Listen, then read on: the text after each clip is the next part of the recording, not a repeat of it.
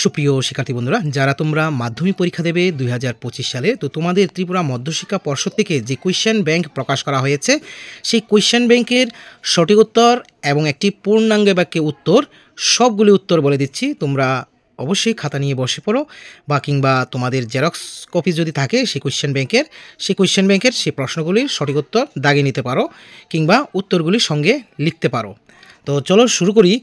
যেই সঠিক উত্তর রয়েছে প্রতিটি গল্প এবং কবিতা ধরে ধরে সেগুলি সবগুলি বলে দেবো আজ।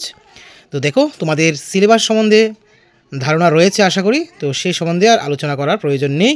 তো আমরা চলে যাচ্ছি, সেই সঠিক উত্তর নির্বাচন করো এগুলি উত্তর নিয়ে।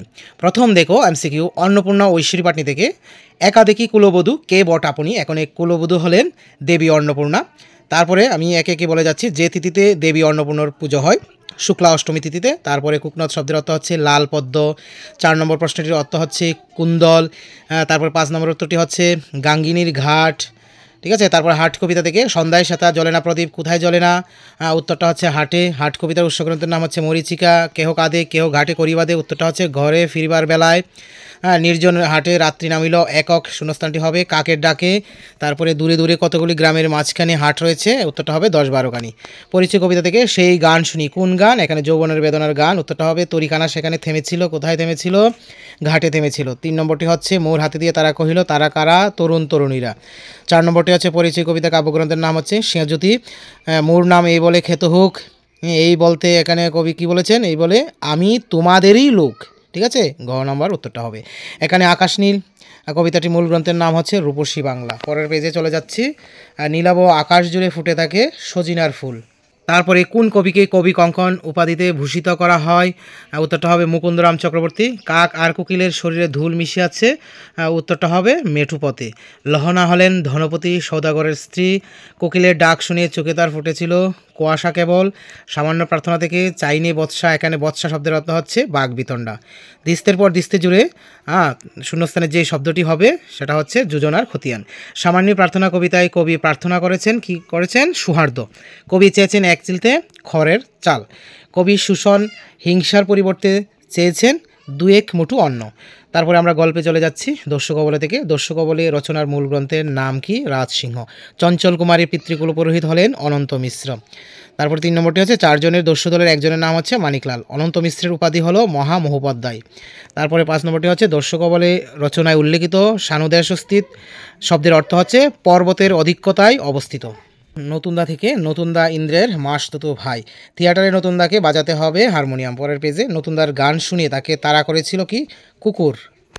তারপরে নতুনদা রচনাটির মূল গ্রন্থের নাম হচ্ছে শ্রীকান্ত। নতুনদা সম্প্রতি পাশ করেছে এলে। সিংহের দেশ থেকে, ইউগান্ডা হচ্ছে সিংহের দেশ। লোক না মারলে এমন গর্জন করবে না, বক্তা হচ্ছে বৃদ্ধ মাসাইকুলুই। তারপরে মাসাইকুলিরা সিংহকে বলে কি, সিম্বা। ঠিক আছে। তারপরে তিরুমল আপ্পা ছিলেন একজন মাদ্রাজি। আফ্রিকার বিখ্যাত গাছের নাম হচ্ছে বাওবাব। দেবতামরা ও ডম্বর থেকে বড়মরা পাহাড়ের দৈর্ঘ্য হচ্ছে 75 মাইল। রাইমা ও সাইমা হলো একটি নদীর নাম। তারপরে চন্দ্রবংশীয় হিন্দু নৃপতির নাম কি, চন্দ্রবংশীয় হিন্দু নৃপতির নাম হচ্ছে জুজারফা। ডম্বুরের জাঙ্গাল আসলে হলো রাজপথ। বৌদ্ধ ধর্মাবলী পার্বত্য শ্রেণীর লোকেরা হলেন মগ ও চাকমা। তারপরে একটি পূর্ণাঙ্গে বাক্যে উত্তর দাও। তোমরা এগুলি সঙ্গে সঙ্গে লিখে ফেলবে। অন্নপূর্ণা হরিহরের বাড়ি ত্যাগ করেছিলেন কেন? অন্নপূর্ণা হরিহরের বাড়ি কুন্দলের ত্রাসে ত্যাগ করেছিলেন। তারপরে ঈশ্বরীরে পরিচয় করেন ঈশ্বরী। এখানে প্রথম ঈশ্বরী হচ্ছেন মাঝি ঈশ্বরী পাটনি। ঈশ্বরী পাটনি দেবী অন্নপূর্ণার কাছে কি বর প্রার্থনা করেছিলেন? দেবী অন্নপূর্ণার কাছে বর প্রার্থনা করেছিলেন যে তার সন্তান যেন থাকে দুধে ভাতে। অভিমানের সমুদ্রেতে ঝাঁপ দিল ভাই। এখানে ভাইটি হচ্ছেন দেবী অন্নপূর্ণার ভাই মৈনাক। পিতামহ দিলামুরে অন্নপূর্ণা নাম। পিতামহকে, এখানে পিতামহ হচ্ছে সৃষ্টিকর্তা ব্রহ্মা। পরিচয় কবিতা থেকে, পরিচয় কবিতায় কোন পাখির কথা বলা হয়েছে? কোকিল পাখির কথা বলা হয়েছে। এই হোক শেষ পরিচয়, এখানে কার পরিচয়ের কথা বলা হয়েছে? বিশ্বকবি রবীন্দ্রনাথ ঠাকুরের পরিচয়ের কথা বলা হয়েছে। পরের পেজে, মোর হাতে দিয়ে তারা কহিল, বক্তার হাতে কি দিয়ে তারা কি কহিল? বক্তার হাতে অশোক ফুল দিয়ে বলল, এ আমাদেরই লোক। সাঙ্গ হলো তরঙ্গের খেলা। কখন খেলা সাঙ্গ হলো? জোয়ারের বেলায়। গভীর বাটা টানে তরিকানা কোন দিকে ভেসে যায়? সমুদ্রের পানে ভেসে যায়। এবার যাচ্ছি আমরা হাট কবিতা থেকে। হাট কবিতায় কে কোথায় বিদ্রুপবাসী বাজায়? বায়ু অর্থাৎ বাতাস এসে জীর্ণ বাঁশের ফাঁকে বিদ্রুপবাসী বাজায়। চিরকাল একই খেলা, চিরকাল এই খেলাটি কোথায় হয়? উদার আকাশে মুক্ত বাতাসে চিরকাল একই খেলা হয়।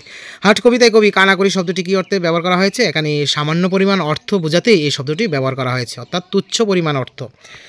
তারপরে যাচ্ছি নিত্য নাটের খেলা। বাক্যটির অর্থ কী? বাক্যটির অর্থ হলো প্রতিদিন একই অভিনয় ও একই লীলায় যেন পুনরাবৃত্তি ঘটে, এটাই এখানে বোঝানো হয়েছে। হাটে কতক্ষণ বেচাকেনা চলে? হাটে সারাদিন, অর্থাৎ সকাল থেকে বিকাল পর্যন্ত বেচাকেনা চলে। তারপরে যাচ্ছি এখানে আকাশনীল কবিতা থেকে। এখানে আকাশনীল কবিতায় কোন নদীর কথা বলা হয়েছে? গাঙ্গ নদীর কথা বলা হয়েছে। কবিতা সজিনার ফুলকে কি উপমা দিয়েছেন? হিমসাদা উপমা দিয়েছেন। এখানে আকাশনীল কবিতায় কোন মাসের উল্লেখ রয়েছে? আশ্বিন মাসের উল্লেখ রয়েছে। ভীমরুল কি? ভীমরুল হচ্ছে এক প্রকার পতঙ্গ। ধনপতিকে উজানি নগরের একজন বিখ্যাত বণিক হচ্ছেন ধনপতি। তারপরে যাচ্ছি সামান্য প্রার্থনা থেকে। এক চিলতে করের চাল বলতে এখানে কি বোঝানো হয়েছে? এক চালতে করের চাল বলতে এখানে বোঝানো হয়েছে খুব সামান্য চৌড়া। বদলে দাও বলতে কবি কি বুঝিয়েছেন? কবি বদলে দাও বলতে বুঝিয়েছেন যে তার দৃষ্টিভঙ্গি বদলাতে চান। জীবলীলা কি? জীবলীলা বলতে জীবিত অবস্থার কার্যকলাপ। কবি কিছু ফুল কোথায় চান?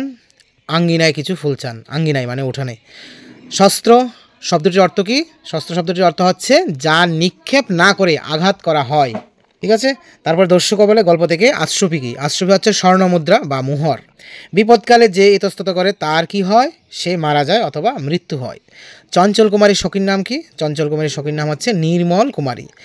বুঝেছি রুক্মিণীর বিয়ে। এখানে রুক্মিণী বলতে কাকে বোঝানো হয়েছে? এখানে রুক্মিণী বলতে কৃষ্ণের স্ত্রীকে বোঝানো হয়েছে। দস্যু দলের সর্দারের নাম কি? দস্যু দলের সর্দারের নাম হচ্ছে মানিকলাল। তারপরে যাচ্ছি দেবতা মরা ও ডম্বর থেকে। ত্রিপুরার রাজ আমলে কোন শিল্পী বিখ্যাত ছিল? ভাস্কর শিল্পী বিখ্যাত ছিল। অম্পিছড়া কোন নদীতে মিলিত হয়েছে? অম্পিছড়া গোমতী নদীতে মিলিত হয়েছে। কথিত আছে, কি কথিত আছে? এক সুদৃঢ় দুর্গ রয়েছে সেখানে, সেটাই বলা হয়েছে এখানে। ত্রিপুরার বিখ্যাত জলপ্রপাতের নাম কি? ডম্বুর। ত্রিপুরেশ্বর বলতে কাদের কথা বলা হয়েছে? ত্রিপুরার রাজাদেরকে বলা হয়েছে ত্রিপুরেশ্বর। তারপরে যাচ্ছি নতুনদা থেকে। তোর নাম কী রে? কে কাকে প্রশ্ন করেছে? ইন্দ্রের মাসতুতো ভাই নতুনদা শ্রীকান্তকে এই প্রশ্ন করেছে। কিসে নতুনদার ক্ষুধার উদ্রেক হলো?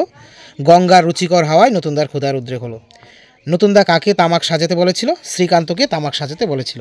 রাত কটার পর ইন্দ্রের নৌকা এসে ঘাটে ভিড়ল? রাত্রি 2টার পর ঘাটে এসে ভিড়ল। কে জমকেও ভয় করে না? দর্জি পাড়ার ছেলেরা জমকেও ভয় করে না। যদি প্রশ্নটা এইভাবে আসে যে নতুনদা গল্পে কে জমকেও ভয় করে না, তাহলে উত্তরটা হবে দর্জিপাড়ার ছেলেরা। আর যদি সিংহের দেশ থেকে প্রশ্নটি আসে যে সিংহের দেশ গল্পে কে জমকে ভয় করে না, তাহলে উত্তরটা হবে মাসাইকুলিরা। ঠিক আছে, এটা মনে রাখবে। তারপরে আমরা যাচ্ছি সিংহের দেশ থেকে। তিরুমল কবে নাগাদ দেশে যাবে বলেছিল? সেপ্টেম্বর মাসের শেষের দিকে যাবে বলেছিল।